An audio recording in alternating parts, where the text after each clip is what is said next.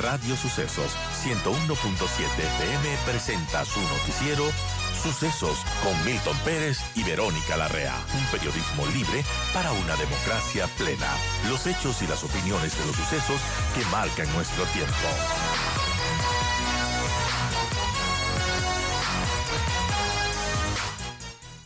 Vamos a cambiar de tema. Hoy dejamos de lado un poco los temas políticos para hablar también de salud, que es importantísimo. Estamos aquí ya con el doctor Iván Maldonado, él es médico especialista en oncología del Hospital Metropolitano.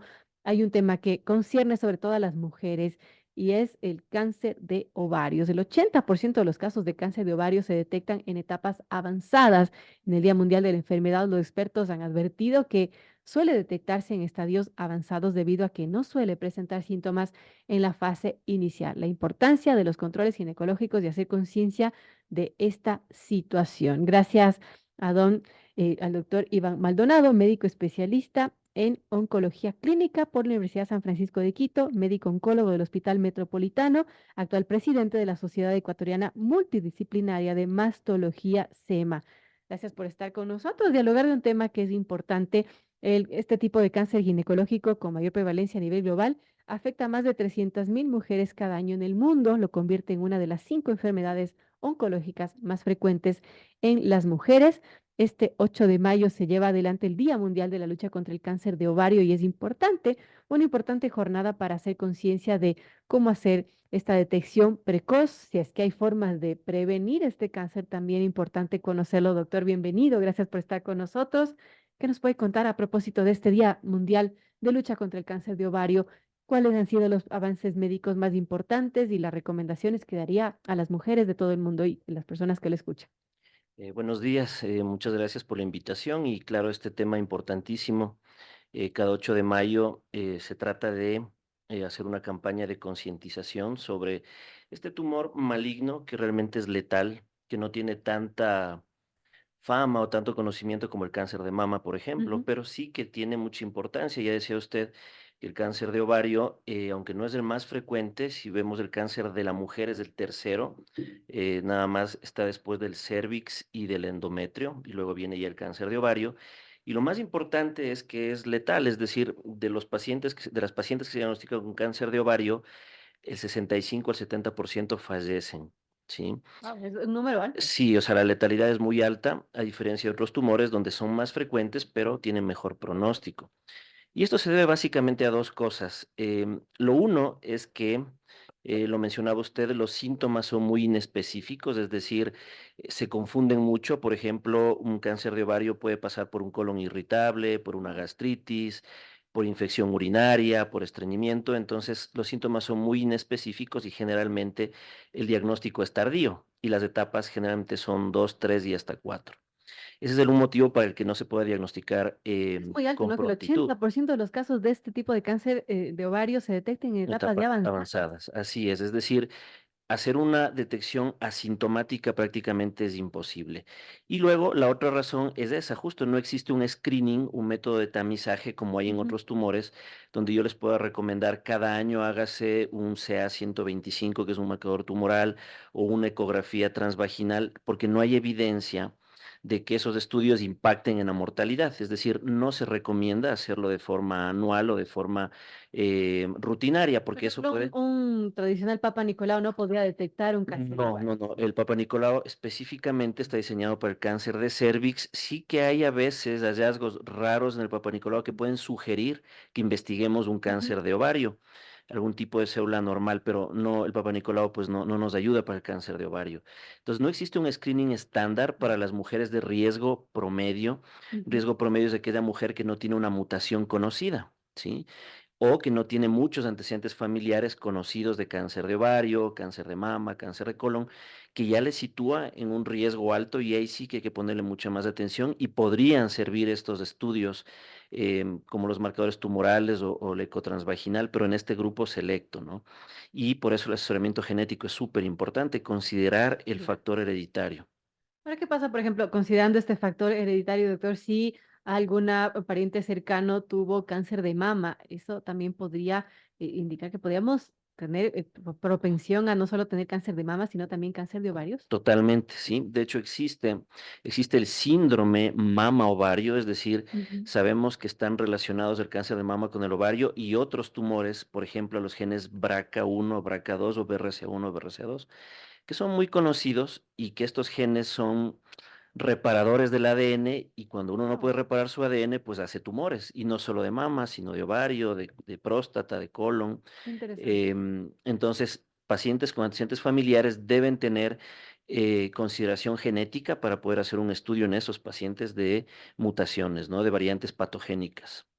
Bueno, eso es importante. Ahora, es difícil detectarlo. Tenemos que tener conciencia, por ejemplo, si tenemos predisposición genética para estar pilas ahí, pero ¿cómo evitar? ¿Se puede quizás de alguna manera eh, disminuir este riesgo de contraer cáncer, de tener este cáncer de ovario? Sí, a ver, yo creo que aquí lo más importante es hacer conciencia y tener un alto nivel de sospecha, porque lo que nos pasa frecuentemente es que llega el paciente después de ver a varios médicos que se han pasado los diagnósticos o se han confundido los diagnósticos, que es algo que puede suceder. Es decir, están con el gastroenterólogo por colitis algunos meses, por gastritis, por infección urinaria y no se considera el diagnóstico de cáncer de ovario, porque no es el más frecuente, entonces se va por lo más frecuente, pero el nivel de sospecha debe ser alto, es decir, Claro. síntomas persistentes gastrointestinales, urinarios, saciedad precoz, llenura, no poder comer, que el abdomen se distienda, tiene que disparar Ujú. el nivel de sospecha en el médico que le esté viendo de cáncer de ovario.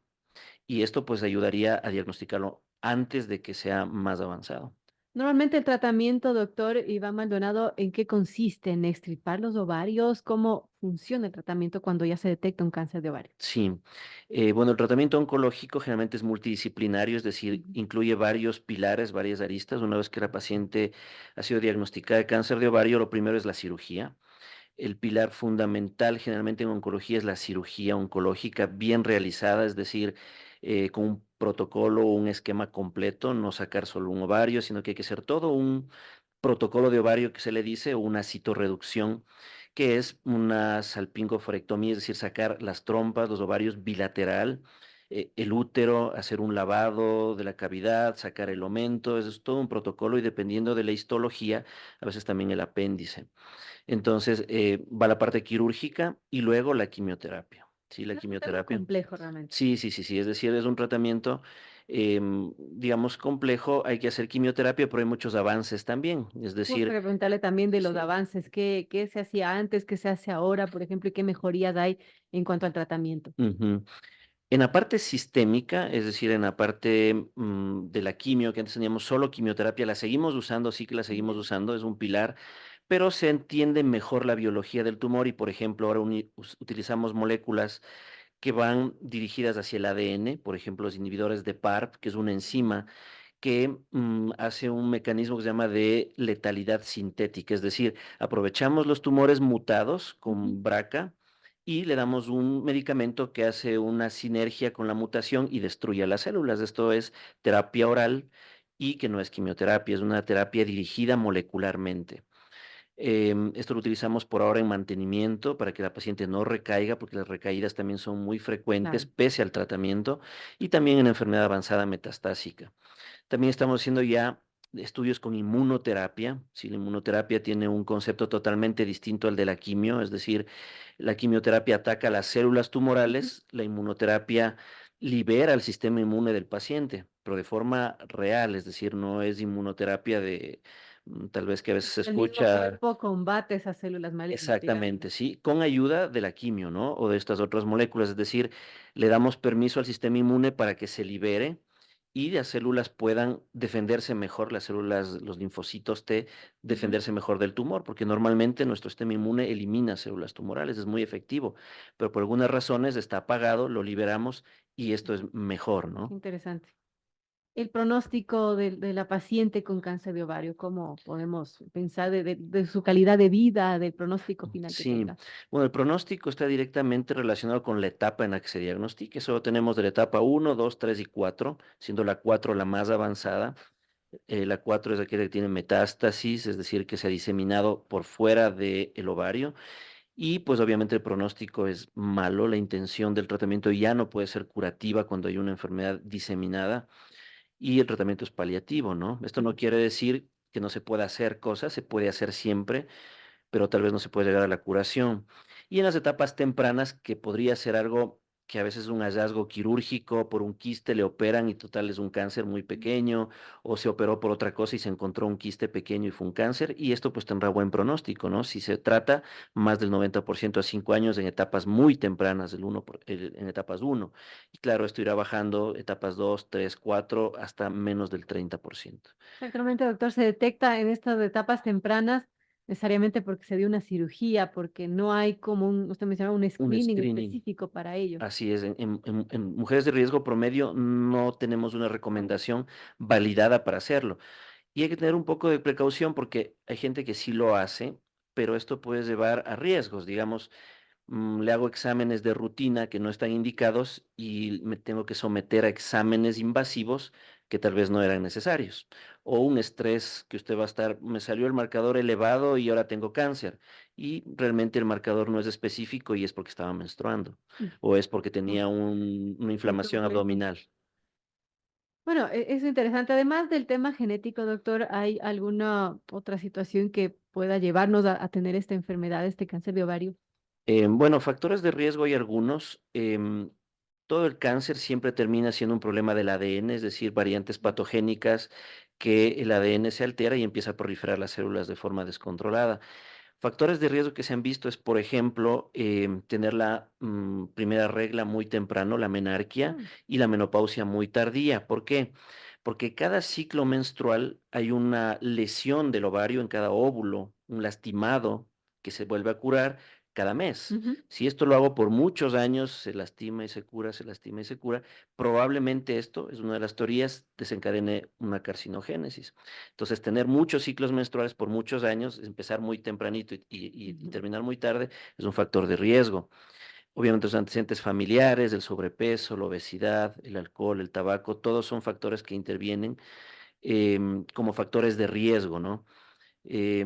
Básicamente esos son los que se pueden identificar, ¿no? ¿Qué nos puede decir, por ejemplo, medicamentos, toma de anticonceptivos o incluso tratamientos de fertilidad? Sí, se ha relacionado con una evidencia no tan clara, porque por eso es que se siguen haciendo los tratamientos, es decir, si se pueden utilizar anticonceptivos y sí se hacen tratamientos de fertilidad con un riesgo relativo aumentado que es controversial. Es decir, si vemos pacientes con antecedentes de tratamientos de infertilidad por más de un año, es decir, que se ha intentado Ujú. muchos ciclos por más de un año, que aumente el riesgo. También la endometriosis, que es una enfermedad benigna, puede predisponer a un grupo especial de cáncer de ovario, que es el endometrioide y el de células Me claras. preguntan, amigos oyentes, ¿reemplazo hormonal en la menopausia? No, realmente no. No hay una relación directa o una conclusión de que esto puede aumentar el cáncer de riesgo de ovario. Con mama se relaciona más. Importante, amigos. 8 en punto, que dialogamos con el doctor Iván Maldonado, médico especialista en oncología del Hospital Metropolitano. Hablamos del cáncer de ovario a propósito del Día del Cáncer de Ovario, que es hoy, justamente 8 de mayo. Y para hacer conciencia, doctor, si bien no hay un screening, un examen específico, ¿qué factores deben tomar en cuenta las mujeres, por ejemplo, síntomas que nos podrían poner en alerta de que algo está mal en nuestros ovarios? Sí, bueno, lo primero es distensión abdominal, es decir, una paciente que se siente hinchada, que nota su abdomen distendido, primer signo de alarma. Sensación de llenura precoz, es decir, no tengo hambre, no puedo comer, me lleno fácil. Claro que esto se confunde con el colon muchísimo, con la gastritis, entonces por eso van al gastroenterólogo, no piensan en cáncer de ovario. Distensión, sensación de llenura precoz, dolor abdominal, dolor pélvico, síntomas de colon irritable, molestias urinarias, porque a veces el tumor está justamente cerca de la Molesta la vejiga. vejiga, entonces ardor para orinar, frecuencia urinaria muy aumentada, sangrado vaginal con menos frecuencia, pero también puede ser un signo. Y claro, con enfermedades avanzadas puede haber falta de aire o fatiga porque hay líquido pleural que se ha hecho un derrame pleural, el paciente no puede respirar. De hecho, había una paciente recién que llega sin poder respirar y era porque tenía ya un tumor avanzado con derrame pleural, con líquido en los pulmones. Entonces pueden ser síntomas avanzados, coloración amarillenta en los ojos, baja de peso ya en la enfermedad avanzada. Bueno, importante conocer esto, importante también los riesgos, los factores de riesgo y también hacer conciencia, ¿no? De que existe esta enfermedad y que hay un tratamiento y que ojalá, pues, si es que existe esa enfermedad, se detecte a un nivel temprano. Gracias al doctor Iván Maldonado, médico especialista en oncología del Hospital Metropolitano, por dialogar sobre este tema a propósito del Día Mundial del Cáncer de Ovario, que es hoy 8 de mayo. Gracias.